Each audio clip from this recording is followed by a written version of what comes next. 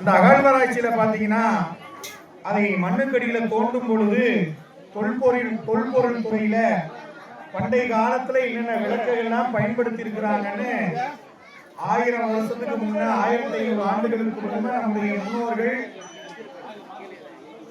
விளக்கு பயன்படுத்தி இருக்கிறாங்க. அந்த திருவிளக்கு வழிபாட்டை செய்திருக்கிறார்கள் என்பது பண்டைய காலம் தொட்டு உண்மையான வழிபாடு தொல்காப்பியம் என்ற நூலில நமக்கு குறிக்கப்படுகிறது. இந்த திருவிளக்கு வழிபாடு இந்த சங்ககால தமிழகத்தில் நம்முடைய தமிழகத்துல மட்டும்தான் விளக்குக்குனே ஒரு விழா எடுக்கிறோம். என்ன விழா எடுக்கிறோம்? திருவிளக்குக்குனே ஒரு விழா எடுக்கிறோம்ல. இந்த மாதிரி விழாக்கள்ல நூற்றுக்கணக்கான நண்பர்கள் ஒன்று சேர்ந்து கூட்டு வழிபாடாக செய்கிறோம்.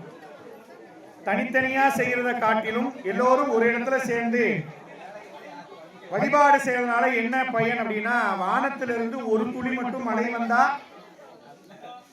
அது நமக்கு பெரு நீராக நமக்கு கிடைக்காது. இப்ப வானத்திலிருந்து ஒரு மழை துளி மட்டும் விழுவதில்லை. எத்தனை மழை துளி விழுகுது தெரியல.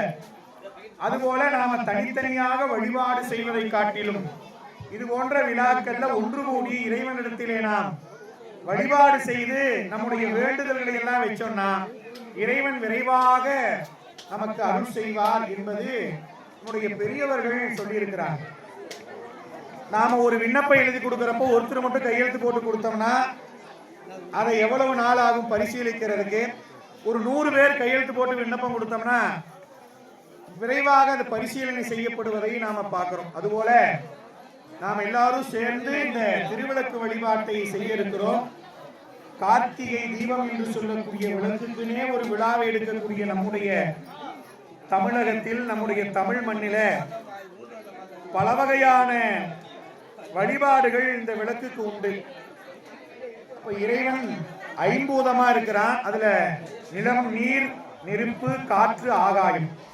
இந்த நெருப்பு என்று சொல்லும் பொழுது நெருப்புக்கு 2 வகையான நிலைகள் உண்டு. ஒண்ணு இருளை போக்குவதும் ஒண்ணு, 2வது தன்னை அடைந்தவற்றை என்ன ஆகும்? தன்னோட ஒழுங்கிக்கும், சாம்பலாகிடும். இப்ப நாம விளக்கு வழிபாடு செய்வது என்பது விளக்கம் பெறுவதற்கு. என்ன விளக்கம் பெறணும் அப்படின்னா, நமக்கு என்னதான் கண்ணுல பார்வை இருந்தாலும், நம்முடைய கண் ஒளி நன்றாக இருந்தாலும், நல்ல பவர்ஃபுல்லா இருக்கும் நம்ம கண்ணு, ஆனாலும் புறத்திலே ஒளி இல்லாம நாம காண முடியாது. இப்ப எல்லா விளக்கையும் இங்க அணைச்சிட்டாங்க, போக்கஸ் லைட் போட்டுருக்காங்க, 15 லைட் ஆஃப் பண்ணிட்டாங்கன்னா நம்ம கண்ணு தெரியுமா அப்படின்னா தெரியாது.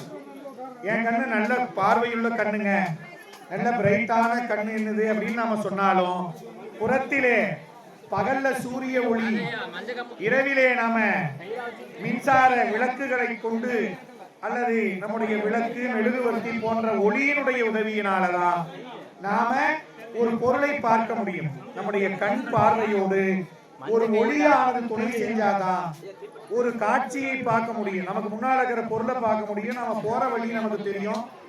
அப்போ புறத்திலே இருக்கக்கூடிய இருளை நீக்குவதற்கு ஒளி அவசியம்.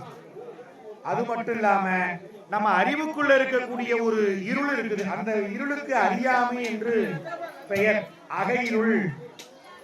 அந்த இருட்டு எப்ப போகும் அப்படின்னா, இறைவன் திருவருள் ஒளியானது நம்ம உள்ளத்துல பிரகாசிக்கும் பொழுது இருட்டு அடங்கிவிடும். அப்ப அந்த இருள் போகணும்னா வெளிச்சம் வந்தா இருள் அடங்கிடும். இருள் எங்கேயும் போகாது, அது இருக்கிற இடத்துல தான் இருக்கும். வெளிச்சம் வர்றப்ப அடங்கிடும், வெளிச்சம் இல்லாதப்ப அது மேலோங்கி இருக்கும். ஆக நம்முடைய வாழ்க்கையில இருள் நீங்குவதற்காக இந்த வழிபாட்டை செய்கிறோம். இருள்னா என்ன அப்படின்னா, நம்முடைய வாழ்க்கையில் துன்பம், பாவம், நமக்கு வேண்டிய வாழ்க்கைக்கு வேண்டிய செல்வம் வேணும். செல்வம் வேணும்னா நல்ல தொழில் வளம் வேணும், தொழில் செய்யணும். அல்லது ஒரு பணிக்கு செல்லணும்னா நல்ல கல்வி வேணும், கல்வி வேணும்னா நல்ல பள்ளிக்கூடத்துல சேர்ந்து நல்லா படிக்கணும். படிக்கிற பாடம் நம்ம அறிவுக்குள்ள ஏறணும், அதை உள்வாங்கணும். இப்படி நம்முடைய வாழ்க்கையில் பல்வேறு தேவைகள் இருக்கிறது.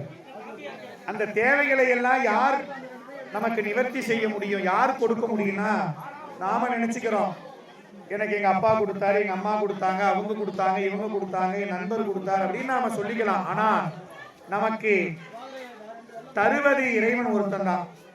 இந்த உடம்பை தந்தது இறைவன், உலகத்தை கொடுத்தது இறைவன், உலகத்துல நாம் நுகரக்கூடிய நிலம், நீர், நெருப்பு, காற்று, ஐம்பூதத்தை கொடுத்தது இறைவன். இப்படி எல்லாவற்றையும் நமக்கு வழங்குபவன் இறைவன். அந்த இறைவனை நோக்கி வழிபாடு செய்து அவனை பாடி துதித்து அவனுக்கு மலர்களினால் அர்ச்சனை செய்து அவனுக்கு தீபதூப அமுது இதெல்லாம் படைத்து நிறைவாக நாம் இறைவனிடத்தில் வேண்டினோம் என்று சொன்னால் அந்த வேண்டுதலை எல்லாம் இறைவன் ஏற்றுக்கொண்டு நிச்சயம் நமக்கு அருள் புரிவான் என்பது பல அன்பர்களுடைய அனுபவம். அதனால இன்னைக்கு செய்கிற வழிபாட்டின் பயனை உங்களுடைய வாழ்க்கையில அனுபவத்தில் நீங்க அனுபவிக்கலாம். ஆகவே அனைவரும் அமைதியாக இருந்து ஒத்துழைப்பு தர வேண்டுமாய் அன்போடு கேட்டுக்கொள்கிறோம். போற்றி போற்றி பாலும் தெளிதேனும் பாகும் பருப்பும் இவைனாலும் கலந்து உனக்கு நான் தருவேன். குளம் செய் துங்க கரிமுகத்து தூமணியே நீ எனக்கு சங்க தமிழ் மூன்றும் ஞான விநாயகர் திருவடிகள் போற்றி போற்றி. விநாயக பெருமானை மறக்காம நாள்தோறும் வணங்கி வழிபாடு செய்தால் நம்ம வாழ்க்கையில இடர்பாடு வராது, துன்பம் வராது. எனக்கு இந்த துன்பம் வருது, எனக்கு அந்த துன்பம் வருதுன்னு ஒவ்வொருத்தருக்கும் வாழ்க்கையில பலவாறு துன்பம் இருக்கும். வாழ்க்கையில் வளாது பெய்கிற என்ன அர்த்தம்? மழை பெய்யாம பெய்யணும் அப்படின்னா நமக்கும் இந்த மழை பயன் தரும். இருக்கின்ற திருவிளக்கு கூட்டு வழிபாட்டில் நாங்கள் அனைவரும் ஒரு நெறிய மனம் வைத்து உணர்ந்து ஓதி வழிபாடு செய்வதற்கு ஆவாய் கனகத்திலே போற்றி பலரும் காண்பது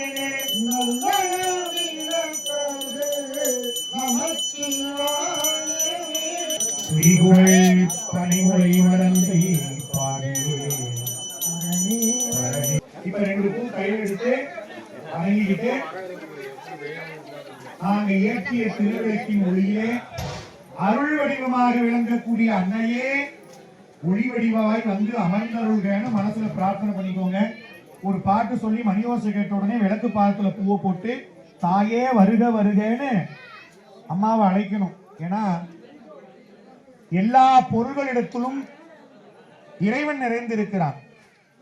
இறைவன் இல்லாத இடம் கிடையாது.